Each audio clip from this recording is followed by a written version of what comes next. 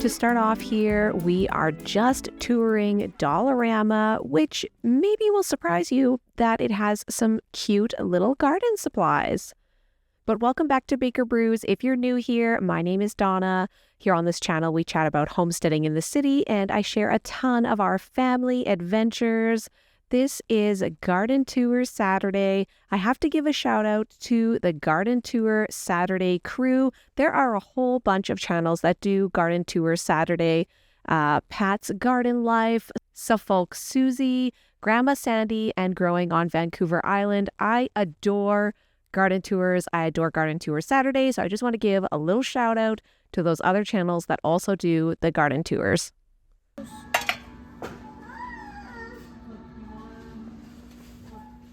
Look at that. They even have all-purpose potting mix. $3. It's not bad.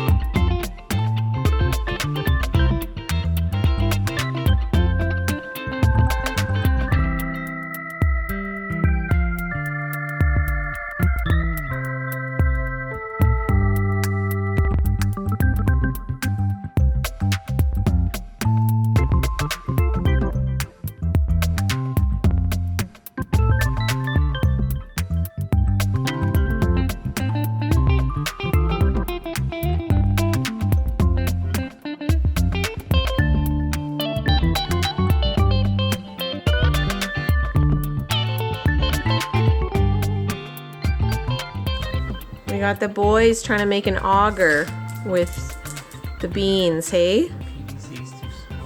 Oh. Oh, we need to go like a compost. I like that idea though. That is just like an auger. So this is gonna hold. Okay, funny enough, so these dark red dried kidney beans, I got them from somebody. I didn't know what to do with them. I was like, oh man, like you gotta cook them and blah, blah, blah. But like randomly every once in a while, one of these seeds will get planted by accident in a plant and they do sprout and come up. And I've had them for years. Like, okay, so I had them before my oldest was born. And the person who had them before that was like, I've had these for years. So they gotta be like 10-year-old seeds at least. And they'll still sprout if I plant them, I'm sure. Good morning guys, and happy Garden Tour Saturday. We are already in the month of April. Not much longer left to go. May long weekend is when the plants can go outside. Excuse the noises in the background. We got the lessons going on and the beans are out. Look, there's a tiny little bit of snow left out there right in the front. The backyard is more in the shade, so it's got quite a bit of ice, which is not nice. And my little helper just finished watering. He spritzed all the plants this morning, didn't you, buddy? And I want to show you guys how awesome these peat moss pods did for the tomatoes and the watermelon and the cucamelons. Like, I am so impressed with how large these plants have gotten in such a short time. They look so healthy, even compared to like the peppers that are right beside them, which were started much earlier. So the peat moss pods, I think just because of the amount of dirt that's there and room for the plants to expand their roots, like they're just doing phenomenal. So I really, really like these pods. I may have to just switch over to this style. Like, it's just so nice. And then I don't have to try to transition my plants into like a secondary containers. So for example, these kohlrabi and pumpkin were in this tray style, and then I moved them to be in their own containers, hoping that they would like grow and get bigger. So they are kind of slowly taking off. The kohlrabi's got some new leaves, you can see. And same with the pumpkin. He's got a new little leaf coming.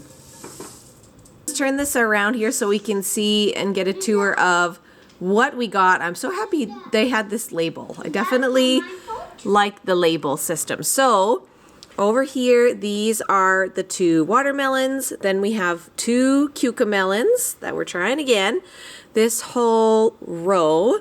I thought this one was coming up. This is the only one that didn't come up. But I thought I saw something the other day, and now I don't think I see anything. But anyway, this whole row is beefsteak tomatoes. So I got 3 beefsteak tomatoes. And then the next row, the first 2 here are the sweetie cherry tomatoes. And then in the back are the chocolate cherry tomatoes. And then this other last row is the Nova Scotian tomato. So lots of tomatoes that come. I mean, I feel like this is enough tomatoes for our family. I have a tendency to overplant tomatoes, so I think that kind of limiting how many I start, but having really strong starts is going to be a little bit nicer just for what I have for space this year. In my trays here, I also planted some marigolds. So those have already popped up, a couple of them. I know I have a few more seeds scattered in there, but I don't expect too many. They are saved seeds, which if you have not saved marigold seeds before, they are so easy to save. I have a whole video showing how to save those seeds, and I love just how easy of a flower it is to save the seeds for. So I just want to give you guys a little update. If you haven't seen my latest Tiny Tidy video, it was all about sucking up the gnats, the black fly fungus gnats that were invading my indoor plants. These are my pepper plants that I am trying to overwinter. I got 1 in this chicken, 1 there, 1 there, and 2 in this chicken. And then I have 1 more that's up. You can't see it in this shot, but there's 1 more up there. So they were looking healthy. Then, but I had a huge fungus gnat problem, so then I stopped watering them. Now they don't look as healthy, but then I re-topped them up with some really nice soil from Annalita Solutions. It's a worm casting, it's worm poop. So I topped them up with worm poop and sprinkled cinnamon and yeah, put out more traps. I have boatloads of sticky sticks. My gnat problem has finally decreased. My gnat problem has finally decreased, so I'm very happy that I just don't have gnats flying in my face anymore. I do see the odd one still, so I'm still killing them, but the population overall has just like greatly lessened. Like this one has 1 solo pepper on it. Oh, it's getting squishy. I'm gonna dry this one out and save the seeds on it as well. This one even has flowers. See that? It's definitely still alive. This one's coming back. It's looking a little better. Same with this one. At least has some nice green leaves on it. And then over here I got kohlrabi. I hope we like kohlrabis or I'm going to be giving them away. I don't like kohlrabi. You don't know till you try again. And then I got my another jalapeno pepper here. Actually, it's pretty firm. I could probably even use this one in a recipe. Covered in sticky sticks. This one was really bad for a time too. This one I did not cinnamon actually. So maybe I'll cinnamonify him just for funsies. I heard from the Prather Life, she had recommended that instead of just sprinkling the cinnamon on the dirt, that I should turn it into the soil. So I'd like to give that a try here as well. Thanks so much for the tips, everybody who did comment and give ideas on how to get rid of these fungus gnats. There are so many great ideas that I'm eager to check out for next season when I bring pepper plants indoors again, and just being more prepared to expect gnats, because I know I'm probably going to have them again. Okay, and then lastly, I just want to show you guys, I got it to look better. This is a radish pot that my mom gave me. I love radishes. I hope I get radishes because I just love them. But this was looking pretty wilty last time, but I figured out I have to water it every day. And then if I don't get radishes, actually I would be so happy to let these go to seed and make pods, because last year we tried the radish seed pods and we're just eating them. Oh my gosh, they were so good. I'm really hoping, like, it gives me new hope for radishes because I never get good radishes, but I love the taste. And once I tried the radish seed pods, I was like, oh yeah, I could just plant these and eat the seed pods galore and be just as happy. So that is going to be like my radish solution, I think, for life, is just to have like radish seed pods in all of my salads and everything to snack on.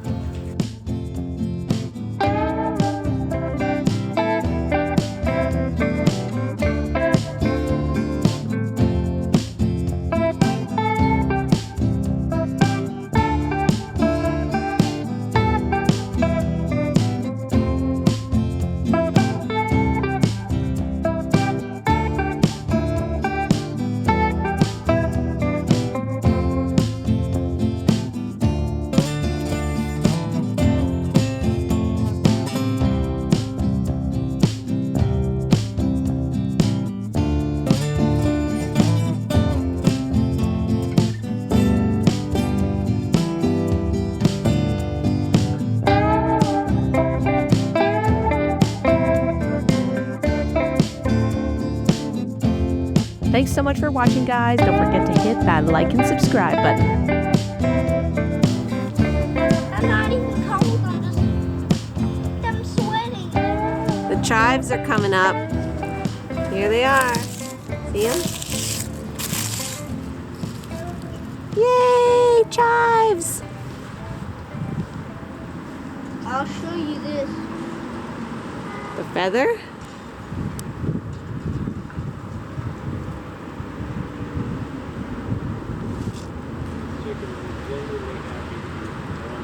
Yeah, they're happy to be out.